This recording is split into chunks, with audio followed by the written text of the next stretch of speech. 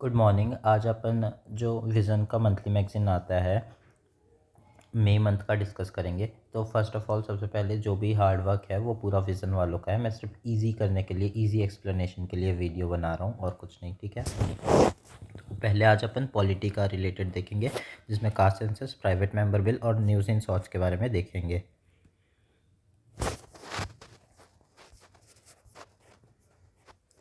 Caste census और सबसे पहले सेंसस और सर्वे में अंतर देखते हैं। जो सेंसस होता है वो इंडिविजुअल से किया जाता है, हर एक इंडिविजुअल पे ऊपर, और जो सर्वे होता है वो सैंपल ऑफ पॉपुलेशन के ऊपर किया जाता है।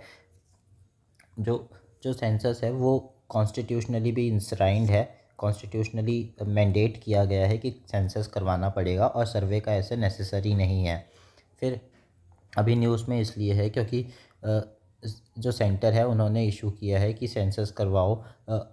बिगिन होगा सेंसस का कंडक्शन लद्दाख से 2026 में, और बाकी ऑल ओवर इंडिया मार्च 2027 में शुरू हो जाएगा। अभी बहुत न्यूज़ में हुई है ये। इंडिपेंडेंस के बाद पहली बार ही कास्ट सेंसस हो रहा है बियॉन्ड एससी और एसटी। एससी और एसटी के पार जाके भी पूरे कास्ट के लिए हो रहा है ये पहली बार। फिर अलग अलग कास्ट जब सर्वे होता है अलग अलग स्टेट पे, तो वहाँ पे बहुत डिस्क्रिपेंसीज आती है। जैसे कि एग्जांपल में बिहार और कर्नाटका में काफ़ी डिफरेंट है सीन दोनों जगह, ठीक है। कंपैरेटिवली दोनों जगह काफ़ी डिफरेंट है, तो वो एक डिस्क्रिपेंसीज हट जाएगी जब ऑल ओवर इंडिया होगा। फिर उसके कारण क्या होगा, मतलब डिस्क्रिपेंसीज होती है तो यूनिफॉर्मिटी की कमी होती है, ट्रांसपेरेंसी नहीं होती, क्रेडिबिलिटी नहीं होती अच्छे से। ये सब एक इशू आता है, तो इससे ओवरकम करने के लिए सेंट्रल लेवल में कास्ट सेंसस ज़रूरी है। अब ये पहली बारी मोबाइल एप्लीकेशन के थ्रू हो रहा है, तो डिजिटली रिकॉर्ड होगा और पेपर मोड में भी होगा, दोनों होगा। अब जैसे मैंने बताया था caste census is constitutionally mandated. तो अगर प्रीलिम्स में क्वेश्चन बने कि सेंसस इज कॉन्स्टिट्यूशनली मैंडेटेड, तो हाँ सेंसस इज। फिर सेंसस इज इंडिया देखें तो इंडिया में डिकेनियल एक्सरसाइज है, दैट इज 10 ईयर में एक बार होता है, जो प्रोवाइड करता है डेमोग्राफिक, सोशल और economical data relating to all persons of the country, ठीक है। अब ये कंडक्ट होता है हर 10 ईयर्स में। 1881 से शुरू हुआ था, 2021 में होल्ड किया गया क्योंकि कोविड-19 आ गया था। सेंसस जो है वो यूनियन सब्जेक्ट है, जो 7 शेड्यूल पे आर्टिकल 246 ऑफ द कॉन्स्टिट्यूशन में दिया गया है। अब स्टेट्यूटरी प्रोविज़न है, जैसे कि सेंसस एक्ट 1948, सेंसस रूल 1990। इसमें स्टेट्यूटरी प्रोविज़न मतलब कुछ रूल्स बनाए गए हैं, ये प्रॉपर कॉन्स्टिट्यूशन में नहीं है, ये अलग से एक्स्ट्रा रूल है। उसमें भी कुछ चीज़ें बोलते हैं इस रूल के अंदर कि जो जो registrar general and census commission है उसे ऑथोराइज़ किया गया है कि वो डिज़ाइन कर सके प्रोफॉर्मा, जिसमें वो एडिशनल कास्ट रिलेटेड क्वेश्चन पूछ सकता है विदाउट अमेंडिंग द एक्ट। जो एक्ट है सेंसस एक्ट 1948, सेंसस रूल 1990, ये सबको अमेंड किए बिना भी एक्स्ट्रा क्वेश्चन डाल सकता है। अब हिस्ट्री ऑफ कास्ट सेंसस देखते हैं इंडिया में क्या है। तो प्री इंडिपेंडेंस क्या होता था, हर सेंसस में कास्ट को एन्यूमरेट किया जाता था, जगह दिया जाता था, सारे कास्ट बेस में होते थे। लेकिन उसके बाद 1941 में क्या हुआ, वर्ल्ड वॉर 1 हो रहा था, तो उसमें डेटा तो उन्होंने कलेक्ट किया लेकिन उसको पब्लिश नहीं किया। अब जो फर्स्ट सेंसस हुआ इंडिपेंडेंस के बाद में, उसमें क्या किया, डिसकंटिन्यू कर दिया गया, कास्ट सेंशन को एन्यूमरेट नहीं किया गया, सिर्फ एससी और एसटी के छोड़, बाकी के लिए मतलब डिसकंटिन्यू कर दिया गया एससी एसटी के छोड़। फिर 1961 में सेंट्रल गवर्नमेंट ने स्टेट को बोला कि आप अपने हिसाब से सर्वे कर सकते हो, और ये भी बोला कि अगर आप चाहो तो एक अलग से स्पेसिफिक लिस्ट भी बना सकते हो ओबीसी के लिए, अगर आप चाहो तो। फिर 2011 में सोशो इकोनॉमिक कास्ट सेंसस हुआ, जिसका डेटा पब्लिश नहीं किया गया क्योंकि इस पर्टिकुलर सेंसस में कास्ट सेंसस में बहुत सारी प्रॉब्लम थी। अब नीड फॉर कास्ट सेंसस देखें तो कॉन्स्टिट्यूशनल मैंडेट करता है, आर्टिकल 340 में बोलता है कि appointing a commission to investigate socially and educationally backward classes, caste के लिए ये कमीशन बनाना ज़रूरी है। कॉन्स्टिट्यूशनल आर्टिकल 340 में ऐसा बोलता है, ठीक है। फिर पॉलिसी मेकिंग के लिए भी ये कास्ट सेंसस ज़रूरी हो जाता है, so that targeted welfare scheme ला सके, एविडेंस बेस्ड पॉलिसी मेकिंग हो और इक्विटेबल रिसोर्स के एलोकेशन हो। फिर ओबीसी भी बोलते हैं, आर्ग्यू करते हैं कि हम लोग को फील होता है कि हम लोग काफ़ी नेग्लेक्टेड हैं, क्योंकि हमारा तो सेंसस ढंग से हो नहीं रहा है। आपको तो पता नहीं है ढंग से हमारी प्रॉब्लम क्या है, आप हमको उतना दे ही नहीं रहे हो जितने बाकी आप SC ST को दे रहे हो। तो ये लोग नेग्लेक्टेड फील करते हैं और उसके कारण फिर गवर्नमेंट इस बार कास्ट सेंसस करवा रही है। अब और क्या नीड्स है, सो दैट एक और नीड है कि अफर्मेटिव एक्शन हो सके। अफर्मेटिव एक्शन यानी कि गवर्नमेंट जो एक्स्ट्रा, जैसे कि जो अनइक्वल है फॉर से, ठीक है, एक क्लास है उसमें से ये जो सोसाइटी है वो काफ़ी अनइक्वल फील करती है, तो इनको गवर्नमेंट ऊपर उठाने के लिए, ज़्यादा हेल्प करने के लिए इनके लिए अलग अलग स्कीम लाएगी, तो उसको अफर्मेटिव एक्शन कहते हैं। तो ये इनेबल करता है, कास्ट सेंसस अगर होगा तो उसमें अफर्मेटिव एक्शन ले सकते हैं, जिसमें डिसएडवांटेज ग्रुप को रिजर्वेशन दिया जाएगा एजुकेशन में, पब्लिक एम्प्लॉयमेंट में। फिर उससे क्या होगा, अच्छे से कास्ट सेंसस रहेगा तो अच्छे से मॉनिटर किया जा सकता है, एक इफ़ेक्टिवनेस चेक किया जा सकता है ऐसे पॉलिसीज़ का। बहुत सारे रूलिंग है सुप्रीम कोर्ट के, वो बताते हैं कास्ट को कि एक रिलेवेंट क्राइटेरिया है कास्ट का सेंसस करना, और सोल क्राइटेरिया है, और डोमेन क्राइटेरिया है बैकवर्ड क्लास के लिए। और सुप्रीम कोर्ट ने डिमांड किया कि डिटेल कास्ट वाइज डेटा जो है उसको अपलोड किया जाना चाहिए रिजर्वेशन पॉलिसीज़ के लिए। फिर सब कैटेगराइजेशन में देखें तो सब कैटेगराइजेशन क्या होता है, कास्ट के अंदर बहुत सारे कास्ट होते हैं, राइट। तो जैसे ये कास्ट एक कास्ट है, मान के चलते हैं एक कास्ट करके, तो वो तो इकोनॉमिकली साउंड है, इकोनॉमिकली अच्छे हैं, उनका सोशल बॉयकॉट भी नहीं हो रहा है ऐसा कुछ। वेयरस एक और ग्रुप है जो इकोनॉमिकली ओके ओके है, बहुत ज़्यादा प्रॉब्लम फेस नहीं कर रहा, लेकिन एक क्लास और है जो बहुत इकोनॉमिकली रियल में फेस कर रहा है। उन लोगों का कैटेगराइजेशन करना सबसे पहले सबसे इम्पॉर्टेंट है। तो फर्स्ट इम्पॉर्टेंट, ये भी ओबीसी हैं, ये भी ओबीसी हैं, ये भी ओबीसी हैं, सारे ओबीसी तो हैं, लेकिन उस ओबीसी के अंदर में भी बहुत सारे प्रॉब्लम है, राइट। तो उसका सब कैटेगराइजेशन करना। फिर जस्टिस रोहिणी कमीशन इसके लिए स्टार्ट किया गया था, मतलब फॉर्म किया गया था 2017 में, पर उन्होंने अब तक रिपोर्ट सबमिट नहीं किया है। तो वो भी एक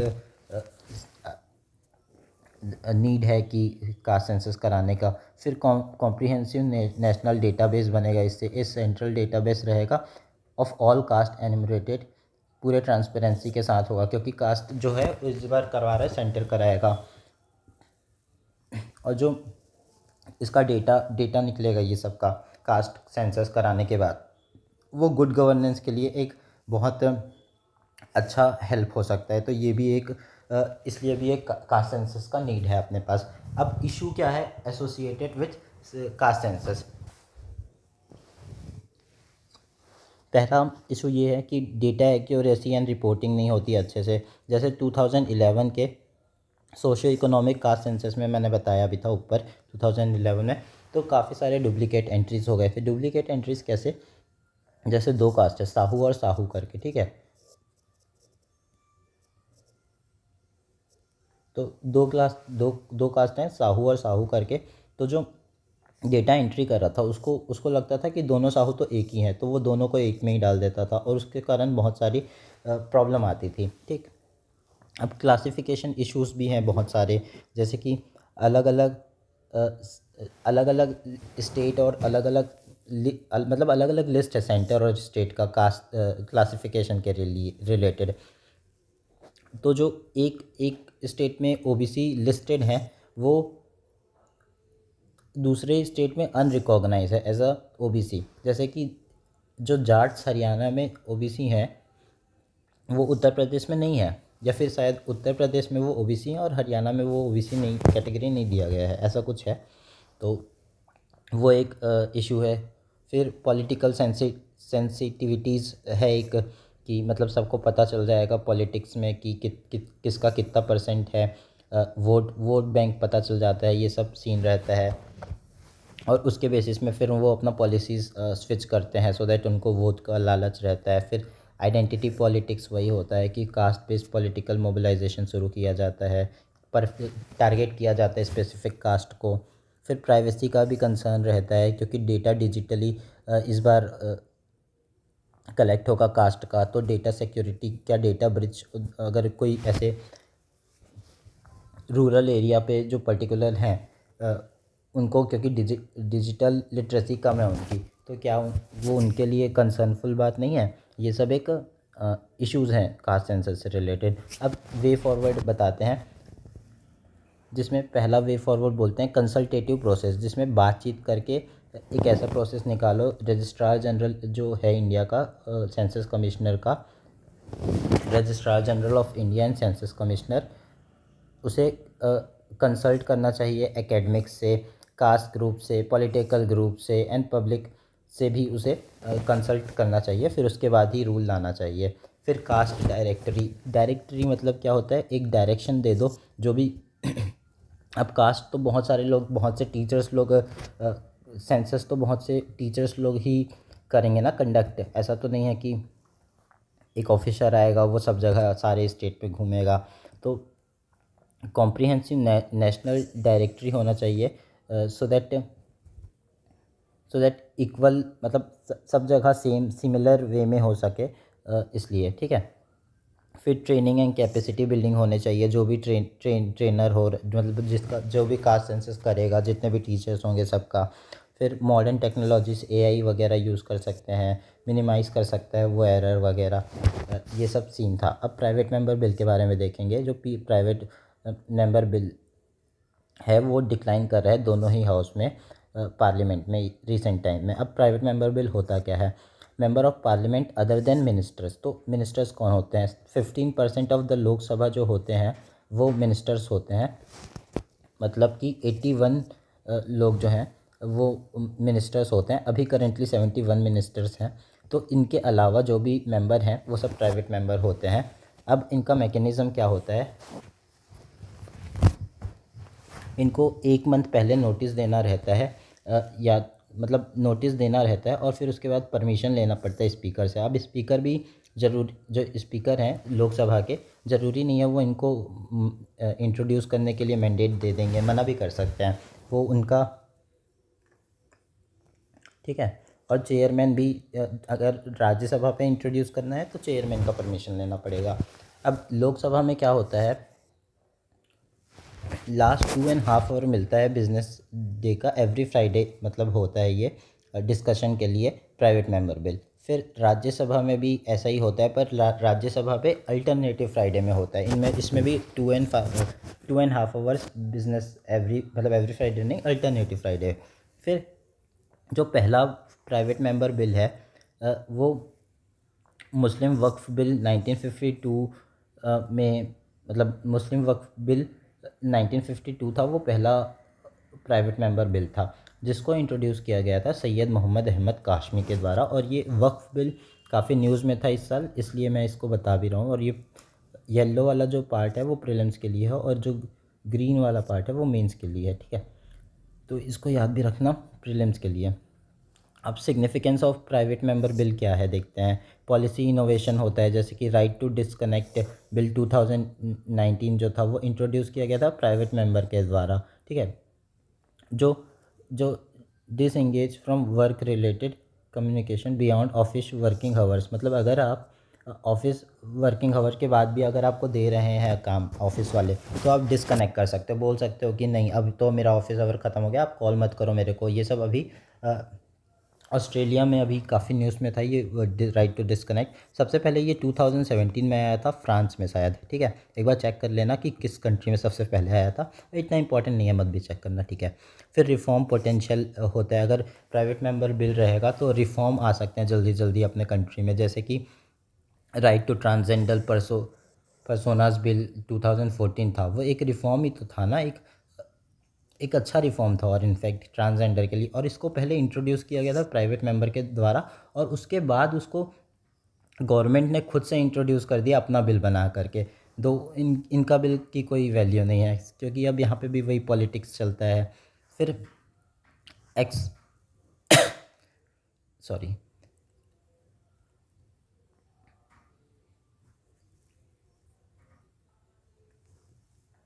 एक्सप्रेशन बियॉन्ड पार्टी लाइन। अब सिग्निफिकेंस में और क्या क्या है प्राइवेट मेंबर बिल का, एक्सप्रेशन बियॉन्ड पार्टी लाइन, क्योंकि जब प्राइवेट मेंबर बिल होता है वो फ्री फ्रॉम पार्टी विप के कॉन्स्टेंट से, मतलब जो विप बोलता है वो करना ज़रूरी होता है, लेकिन प्राइवेट मेंबर बिल अगर आ रहा है तो वो उसमें ऐसे कोई प्रॉब्लम नहीं आता। उसमें 10th शेड्यूल के अंदर आपको निकाल नहीं सकते पार्टी से। 10th शेड्यूल क्या होता है, एंटी डिफेक्शन लॉ होता है, जिसको फॉलो करना ज़रूरी रहता है पार्टी मेंबर के द्वारा। तो अब एंटी डिफेक्शन लॉ के बारे में अभी डिटेल में नहीं बात करेंगे, क्योंकि वो एक अलग टॉपिक है डायरेक्टली, ठीक है। अब चेक एंड बैलेंसेस प्रोवाइड करता है प्राइवेट मेंबर बिल, जो गवर्नमेंट को है उसको अकाउंटेबल होल्ड करता है, और अलग अलग अल्टरनेटिव पॉलिसीज़ लाने में भी हेल्प करता है। अब why private member bill decline हो रहा है, ऐसा करके टॉपिक है, उसके अंदर बोलता है कि डिसरप्शन है बहुत ज़्यादा। जैसे कि 17th लोकसभा में क्या हुआ,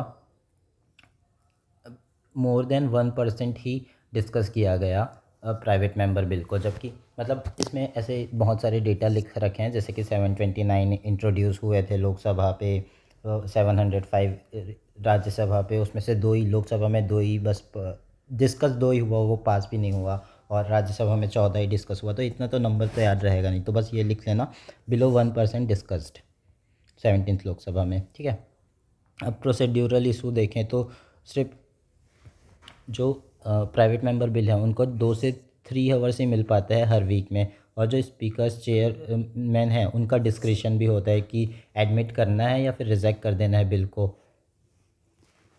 अब रिसोर्स भी काफ़ी कांस्टेंट है अपने पास, तो मतलब ज़्यादा उनको रिसर्च के लिए सपोर्ट नहीं मिलता। जो जो प्राइवेट मेंबर बिल ला रहे हैं ना, उनको खुद ही रिसर्च करना पड़ता है सब कुछ। अब मोर इम्पॉर्टेंटली वो रिसर्च तो खुद कर भी लें, ठीक है, जो मेंबर हैं पार्लियामेंट के, वो रिसर्च तो कर ले, लेकिन उनका जो बहुत कम चांसेस है पास होने का। जैसे कि अब तक सिर्फ 14 प्राइवेट मेंबर बिल है जो लॉ बन पाया है, और ऐसा प्राइवेट मेंबर बिल जो लास्ट टाइम पास हुआ था वो 1970 में हुआ था। अब तो होता ही नहीं है, मतलब 50 ईयर्स हो गए आई बिलीव,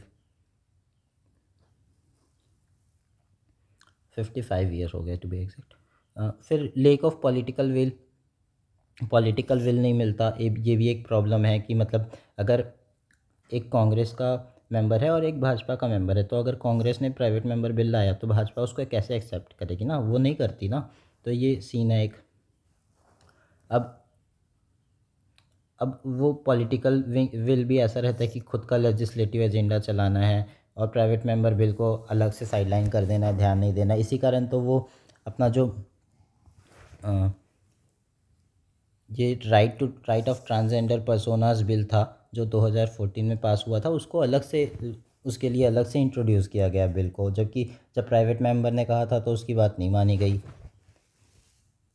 अब वे फॉरवर्ड क्या है, स्ट्रीमलाइनिंग प्रोसीड्यूर्स, जो प्राइवेट मेंबर के लिए है उसको आप उस स्ट्रीमलाइन को, मतलब उस प्रोसीजर को आप स्ट्रीमलाइन कर दो, अनइंटरप्टेड टाइम में उसका ट्रैकिंग हो, डिजिटल ट्रैकिंग हो, मतलब फिक्स्ड कर दो एलोकेशन उनके लिए टाइम, ऐसे कोई प्रॉब्लम मत हो।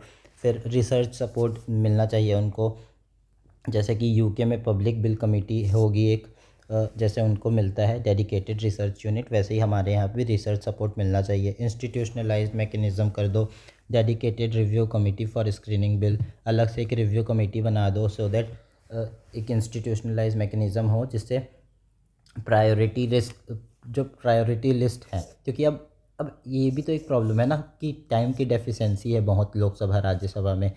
तीन तीन बार तो साल में इन लोग का मीटिंग होता है, ठीक है, तो उस पर मतलब 3 से 4 बार ही होता है एटमैक्स, उससे ज़्यादा क्या। तो उसमें कैसे इतने सारे बिल्स डिस्कस कर पाएंगे, 700 800। तो उसमें अगर कुछ बहुत इंपॉर्टेंट है, जैसे 780 में से सिर्फ 80 ही इंपॉर्टेंट लग रहा है, तो सिर्फ उस 80 को रिकमेंड किया जाए, बाकी 70 को इग्नोर किया जाए। फिर यूके का 10 मिनट रूल मॉडल है, उसको भी इंट्रोड्यूस किया जा सकता है। सो दैट इंस्टीट्यूशनल मैकेनिज़्म अच्छे से वर्क ऑन करें। अब न्यूज़ इन शॉर्ट देखते हैं। तो पहला जो टॉपिक है इसमें inclusive digital access part of article 21। Article 21 Supreme Court ने ऐसे बोला, जो कि इंक्लूसिव डिजिटल एक्सेस है वो आर्टिकल 21 का पार्ट है। ये जो सुप्रीम कोर्ट है पहले भी बोल चुका है 2020 में Anuradha Bhasin versus union of India में, उसमें रिकॉग्नाइज़ किया गया था internet access is a fundamental right है। आर्टिकल 19(1)(a) के अंदर जिसमें फ्री स्पीच की बात की जाती है, और 19(1)(g) के अंदर जिसमें ट्रेड से रिलेटेड बात की जाती है। ठीक है, तो इसके अंदर सुप्रीम कोर्ट ने पहले इसको आर्टिकल 19 के अंदर पहले बोला था कि जो इंटरनेट एक्सेस है वो होना चाहिए, राइट। ठीक है, और फिर अभी न्यूज़ में इसलिए है क्योंकि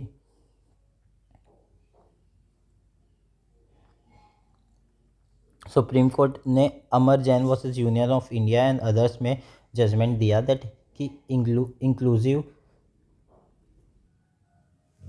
तो जो सुप्रीम कोर्ट का Amar Jain versus union of India and others है, उस जजमेंट में बोला गया है जो inclusive and meaningful digital access है ई गवर्नेंस के लिए वेलफेयर डिलीवरी सिस्टम, वो फंडामेंटल राइट के अंदर आता है to life and liberty, fundamental right to life and liberty जो आर्टिकल 21 के तहत कहा जाता है, उसके अंदर दिया गया है। ठीक है,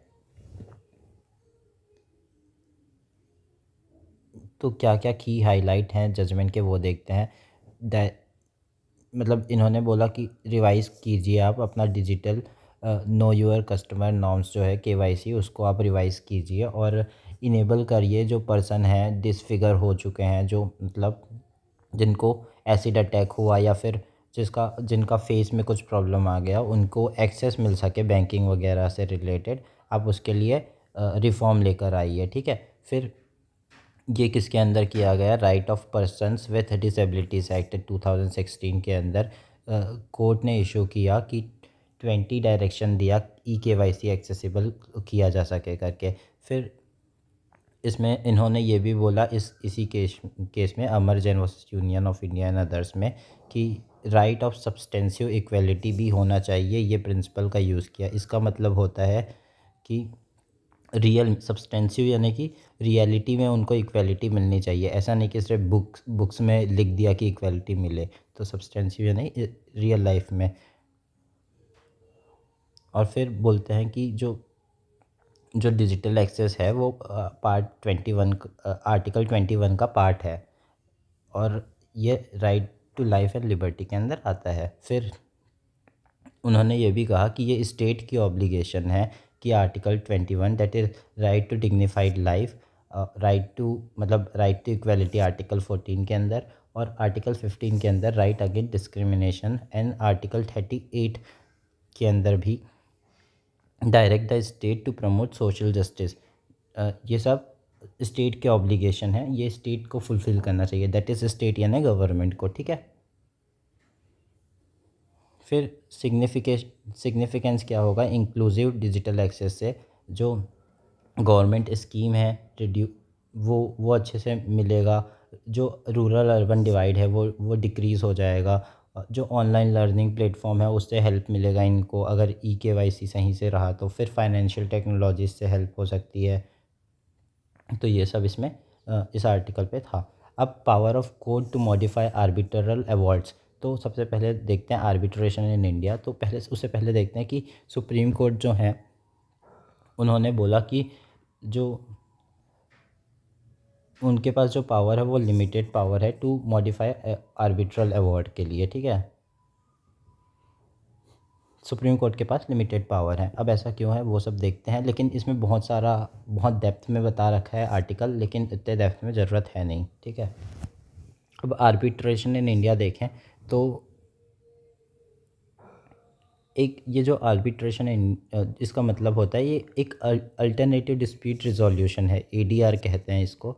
मतलब डायरेक्ट कोर्ट में ना जाके केस को लेकर के डायरेक्ट कोर्ट में ना जाके खुद में सॉल्व कर लेना बिना कोर्ट में जाए केस। ठीक है, तो इसमें और भी कुछ टाइप हैं अल्टरनेटिव डिस्प्यूट रिजोल्यूशन के अलावा, जैसे कॉन्सिलेशन एंड मीडिएशन। तो जो मीडिएशन होता है वो थर्ड पार्टी के द्वारा करवाया जाता है। मतलब दो पार्टी हैं, उसके बीच पे एक और पर्सन आके इन दोनों का मीडिएशन करवाता है। जबकि जो कॉन्सिलेशन है वो भी तीन लोग के ही बीच में होता है, मतलब उसको भी कोई करवाता ही है, बट ये वॉलेंट्री बेसिस में होता है। ठीक है, तो ये वॉलेंट्री बेसिस में होता है कॉन्सिलेशन। और ये इन्वॉल्व करता है alternative dispute resolution, consensual method, concession based, मतलब कंसेंशुअल यानी कि दोनों दोनों ही पार्टी रेडी होती हैं उस चीज़ को रिजॉल्व करने के लिए। ठीक है, और ये जो नेशनल जुडिशियल सिस्टम है उसके आउटसाइड ये एक्ट करता है। मतलब ऐसा नहीं कि कॉन्स्टिट्यूशन में जो लिखा है उसको ही बस फॉलो करेगा, क्योंकि यहाँ पे तो डिस्प्यूट रिजॉल्व करवाना है ना, ऐसे किसी को जस्टिस थोड़ी देना है। अब सिग्निफिकेंस क्या है इसका, ये लेस एडवर्सरियल होता है, फ्लेक्सिबल होता है, जल्दी होता है, क्विकर होता है। फिर लीगल फ्रेमवर्क देखें तो arbitration and council act 1996 modelled as पर the UN commission on international trade, model law on international commercial.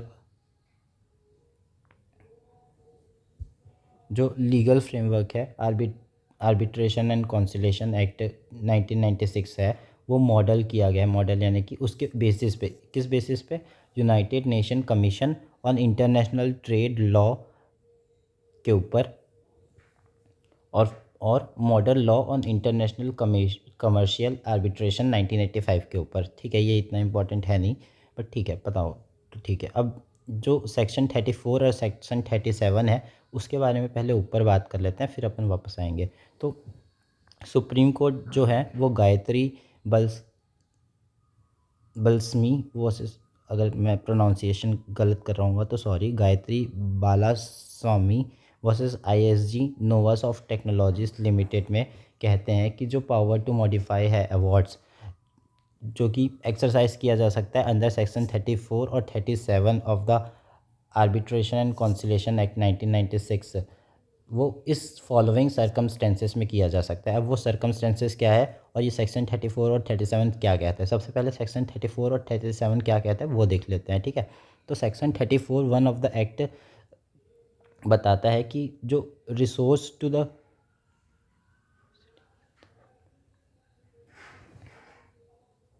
जो section 34 one of the act है वो स्टेपुलेट्स यानी कि बोलता है कि recourses to court only be application for setting aside the award. तो जो जो रिसोर्सेज टू कोर्ट है वो सिर्फ एप्लीकेशन के द्वारा, अगर आप कोई एप्लीकेशन दोगे तो ही वो आप लगा सकते हो अवार्ड को सेट असाइड करने के लिए। फिर सेक्शन 37 जो है वो बताता है कि कुछ ऐसे इंस्टेंसेस वेयर एन अपील में लाई अगेंस्ट द ऑर्डर। सेक्शन 37 बोलता है कुछ अगर ऐसा इंस्टेंस है जहाँ पे ऑर्डर के अगेंस्ट अपील किया जा सकता है, वो एक और है। तो ये दोनों सेक्शन 34 37 है जिसमें जो जो सुप्रीम कोर्ट है वो अवार्ड को मॉडिफाई कर सकती है। अब देखते हैं कि कौन कौन से सर्कमस्टेंसेस है जिसमें सुप्रीम कोर्ट कर सकती है। When the award is severable by separating the invalid portion from the valid portion. जब भी वैलिड पोर्शन और इनवैलिड पोर्शन दो चीज़ है एक केस के अंदर, उसको अगर सेपरेट कर दिया गया कि वैलिड पोर्शन के ऊपर आपने नहीं दी, मतलब कुछ जस्टिस नहीं दिया, और इनवैलिड पोर्शन के ऊपर आपने आर्बिट्रेशन दे दिया, मतलब दो पार्टी हैं तो दोनों का व्यू पॉइंट होगा, दोनों वैलिड और इनवैलिड पॉइंट रखेंगे, राइट। तो अगर सिर्फ अपने इनवैलिड पॉइंट को ही उसका देखा और वैलिड पॉइंट को नहीं देखा तो उसके बेसिस पे सुप्रीम कोर्ट अवॉर्ड कर सकता है। फिर जो जो सुप्रीम कोर्ट है वो करेक्ट कर सकता है कोई क्लैरिकल कंप्यूटेशन और टाइपोग्राफिकल एरर्स वगैरह है, उसको मॉडिफाई कर सकता है पोस्ट अवार्ड इंटरेस्ट कुछ सर्कमस्टेंसेस में, जो कुछ अवार्ड दे चुके हैं पहले से उसको मॉडिफाई कर सकते हैं। फिर आर्टिकल 142 के अंदर सुप्रीम कोर्ट के पास पूरा राइट है कि कंप्लीट जस्टिस कर सके, तो उसके अंदर भी सुप्रीम कोर्ट बेसिकली आर्टिकल 142 जैसे ही आ गया तो वहाँ पे तो सब सब कुछ इंक्लूड हो जाएगा, राइट। सबसे बड़ा पावर है वो, तो सुप्रीम कोर्ट का फुल जस्टिस के नाम पे कुछ भी कर सकते हैं, ठीक है। अब इम्प्लीकेशन ऑफ द रूलिंग क्या है, पॉजिटिव इम्प्लीकेशन क्या है रूलिंग का। इस अभी जो रूलिंग आया है ये वाला गायत्री बालास्वामी या बालास्मी, मुझे प्रोनाउंसिएशन नहीं आ रहा, sorry, versus ISG Novasoft Technologies Limited में कुछ पॉजिटिव इम्पैक्ट हैं और कुछ नेगेटिव। जो पॉजिटिव हैं उसमें कहते हैं जो article 142 offers equity in commercial disputes, ठीक है, ये इक्विटी प्रोवाइड करता है कमर्शियल डिस्प्यूट में, एलिमिनेट एलिमिनेट करता है कि री आर्बिट्रेशन ना हो फ्रॉम स्क्रैच से, सो दैट कॉस्ट वगैरह बच जाएगा उनका और टाइम बचेगा। फिर नेगेटिव इसका क्या, इस जजमेंट का क्या नेगेटिव इम्प्लीकेशन होगा, जो कोर्ट्स हैं उनके पास अगर ज़्यादा पावर रहेगा तो जो बिजनेसेस हैं वो फिर फेवर करेंगे ओवरसीज़ आर्बिट्रेशन हब्स को ना कि नेशनल हब्स को, ठीक है। ये एक सीन है। अब देखते हैं next topic, Rohingya and the provisions related to refugees and deportation.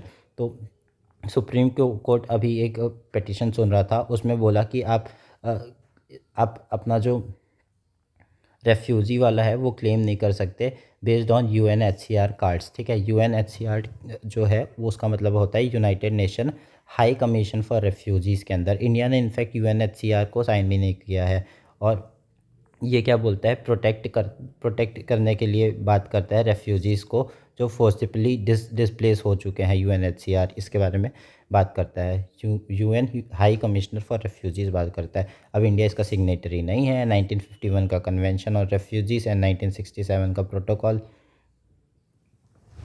का भी इंडिया सिग्नेटरी नहीं है।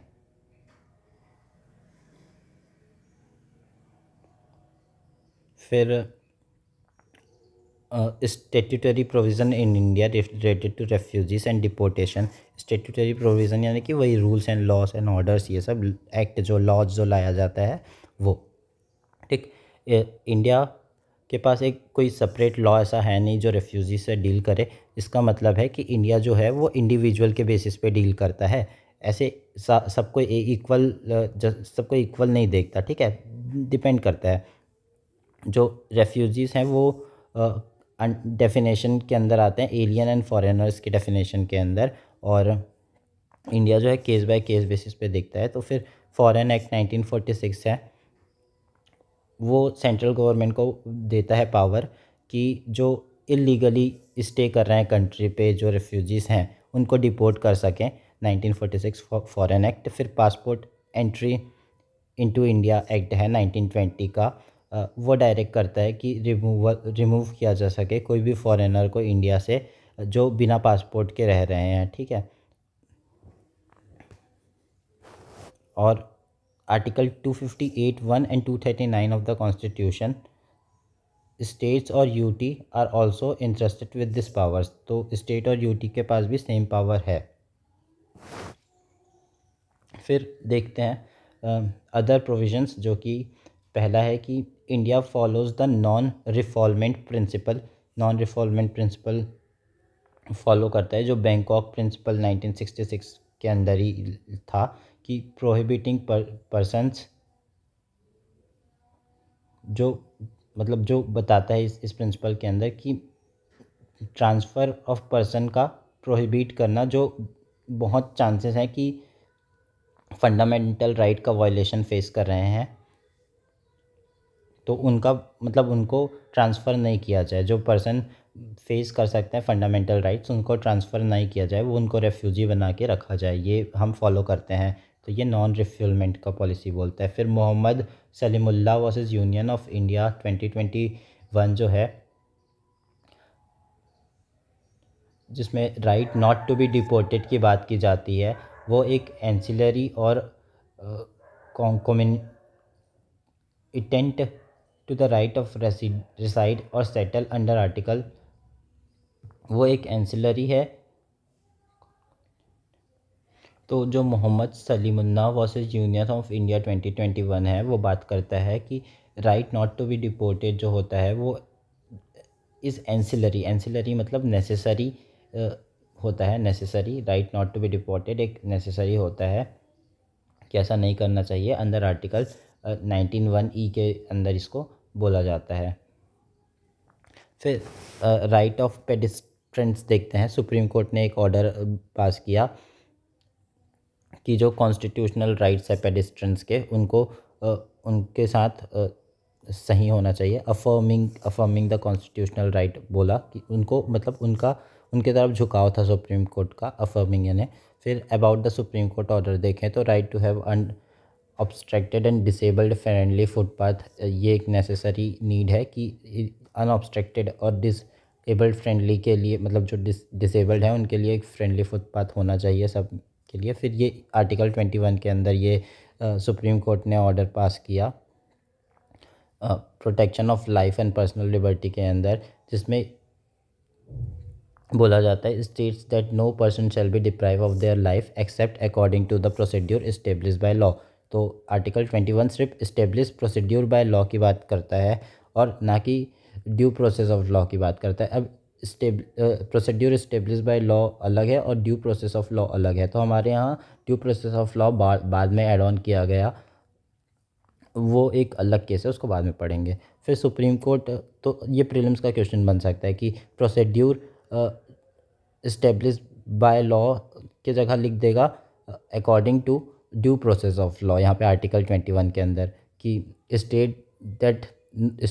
Article 21 states that no person shall be deprive of the life except according to due process of law करके। तो ये दोनों में ऐसे याद रखना जब भी पढ़ोगे अपना तुम लक्ष्मीकांत, ठीक है।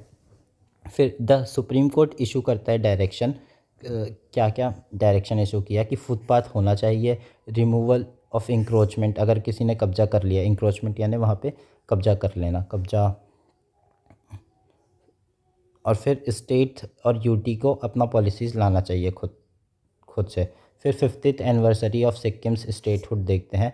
तो जो सिक्किम को है वो फुल फ्लेज स्टेट का दर्जा मिल गया था, दर्जा हाँ, तो उनको मिल गया था फुल फ्लेज स्टेट का कॉन्स्टिट्यूशन 36th अमेंडमेंट एक्ट के द्वारा 1975 में, ठीक है। तो कॉन्स्टिट्यूशन 35th अमेंडमेंट, ये 36th अमेंडमेंट एक्ट में उनको फुल स्टेटहुड मिल गया था।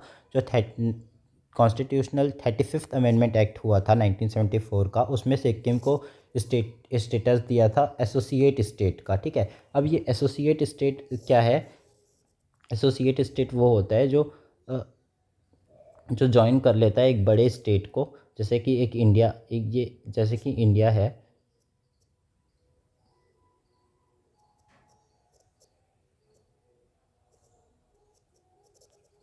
जैसे ये इंडिया है, जस्ट ठीक है, अभी ऐसे ही बनाया हूँ। तो इसका एक छोटा सा पार्ट बन गया ये, राइट। तो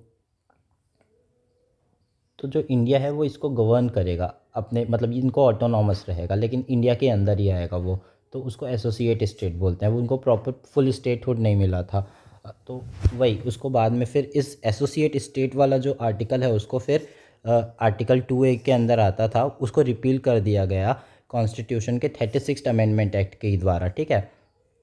फिर जो सिक्किम है वो हमारा 22nd स्टेट बना, और ये डेट को याद रखना 1975 में, और कॉन्स्टिट्यूशनल अमेंडमेंट याद रहा तो ठीक है, अच्छी बात है, नहीं रहा तो कोई बात नहीं, बट हाँ डेट तो याद रखना कि 1975 में सिक्किम हमारा स्टेटहुड मिला था। फिर आर्टिकल 371F जो है वो ग्रांट करता है special provision to state of the Sikkim. तो 371 ग्रांट करता है स्पेशल प्रोविज़न सिक्किम को। तो यही था पॉलिटी के रिलेटेड। अब अपन जो है इंटरनेशनल रिलेशन देखेंगे नेक्स्ट टॉपिक में। Thank you. अगर आपको अच्छा लगा हो वीडियो या फिर कुछ भी रिव्यू देना हो, अगर आप पूरा वीडियो देख भी रहे हो तो मुझे रिव्यू ज़रूर देना कि क्या क्या मैं इम्प्रूव कर सकता हूँ, क्या मुझे चेंजेस लाने चाहिए। तो थैंक यू, बस इतना ही था।